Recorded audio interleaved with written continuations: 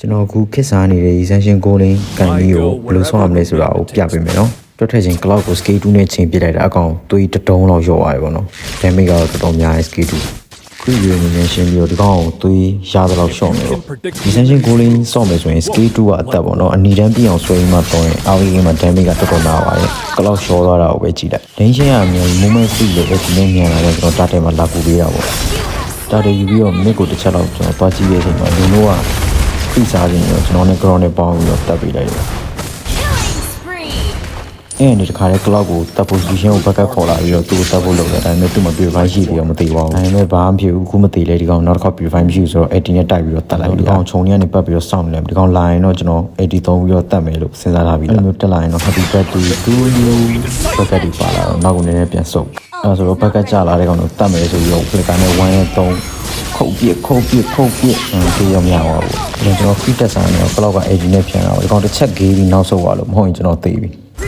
အကိုင်းရတယ်ဘာကွက်တွေပြဒီဘာလုံးချင်တာလဲကျွန်တော်မသိဘူးဒါပေမဲ့စပိန်မှာတော့ပြီးတော့ heavy စပိန်ကြီးကတော့လေတိုင်းချကျွန်တော်လည်း Venus spell ကိုနှိပ်ပြီးတောင်းရဲဝင်ပြီးရော့ခုတ်ပြဒါ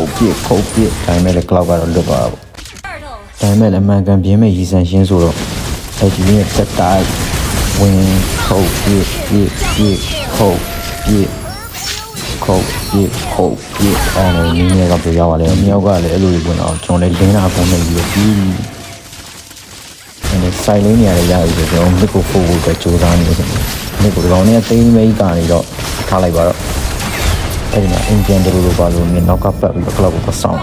cloud ကလည်းဝင်လာပြီဒါပေမဲ့80ဘိုင်းနဲ့ဒီလိုတော့မလီနိုက flicker scale 1အလားလေးပြမီတာဝါယူဖို့သွားနေအောင်အကိုင်းကျွန်းလေးတစ်ခါလေးဖြတ်တက်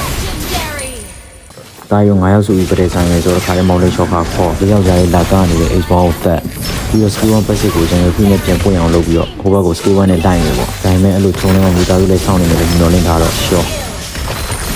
ဒါပေမဲ့တကယ်ပြင်းနေစံချင်းဆိုတော့မောင်လေးချော့ခါလေးခေါ်ပြီးတော့တစ်ချက်ပြေဟိုဘက်ပြေးသွားကောင် flicker နဲ့ light ခုတ်ပြီးရင်ဒီဘက်မှာပြန်လာ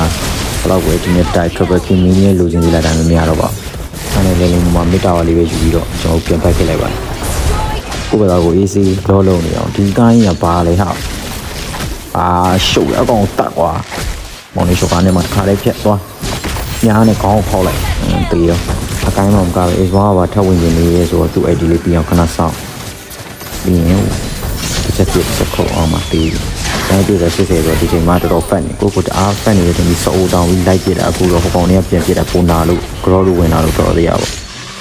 တော့လေယူပြီးသွားပြီဆိုတော့အခုချိန်မှာလင်းနဲ့ခလုတ်လိုင်းလေးကိုချိန်တယ်မြမလင်းရဲ့အခုအကုန်လုံးနှိပ်ကွာ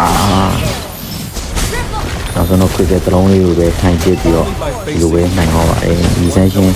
golden sony တိုက်လေးဒီမှာပြီးပါပြီအမ်ဂျင် live follow လေးလုပ်ပါသေးကြရအောင်ဗျာ